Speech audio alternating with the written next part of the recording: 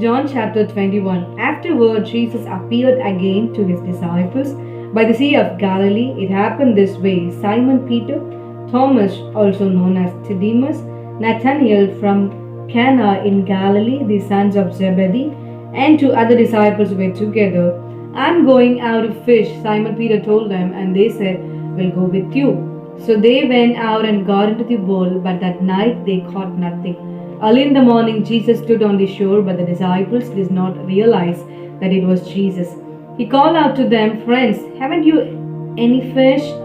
"No," they answered. He said, "Throw your net on the right side of the boat, and you will find some."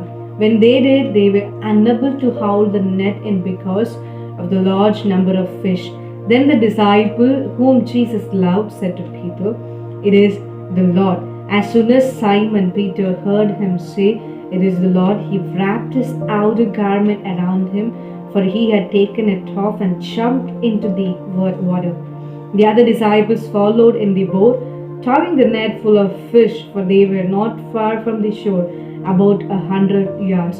When they landed, they saw a fire of burning coals there with fish on it and some bread.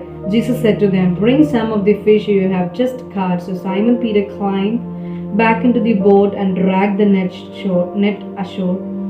It was full of large fish, 153, but even with so many, the net was not a ton. Jesus said to them, "Come and have breakfast." None of the disciples dared ask him, "Who are you?" They knew it was the Lord. Jesus came, took the bread, and gave it to them, and did the same with the fish. This was now the third time Jesus appeared to his disciples after he was raised from the dead. When they had finished eating, Jesus said to Simon Peter, "Simon, son of John, do you love me more than this?"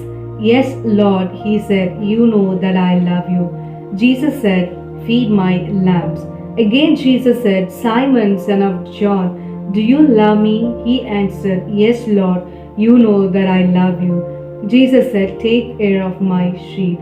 The third time he said to him, "Simon, son of John, do you love me?" Peter was hurt because Jesus asked him the third time, "Do you love me?" He said, "Lord, you know all things. You know that I love you." Jesus said, "Feed my sheep. Very truly I tell you, when you were younger, you dressed yourself and went where you wanted. But when you are old, you will stretch out your hands, and someone else will dress you and lead you where you do not want to go." Jesus said this to indicate the kind of death by which Peter would glorify God. Then he said to him, "Follow me." Peter turned and saw that the disciple whom Jesus loved was following them. This was the one who had leaned back against Jesus at the supper and had said, "Lord, who is going to betray you?" When Peter saw him, he asked, "Lord, what about him?" Jesus answered, "If I want him to remain alive until I return, what is that to you? You must follow me." Because of this, the rumor spread among the believers that this disciple would not die. But Jesus did not say that he would not die. He only said, "If I want him to remain alive until I return, what is that to you?" This is the disciple who testifies to these things and who wrote them down. We know that his testimony is true. Jesus did many other things as well. If every one of them were written down, I suppose that even the whole world would not have room for the books that would be written.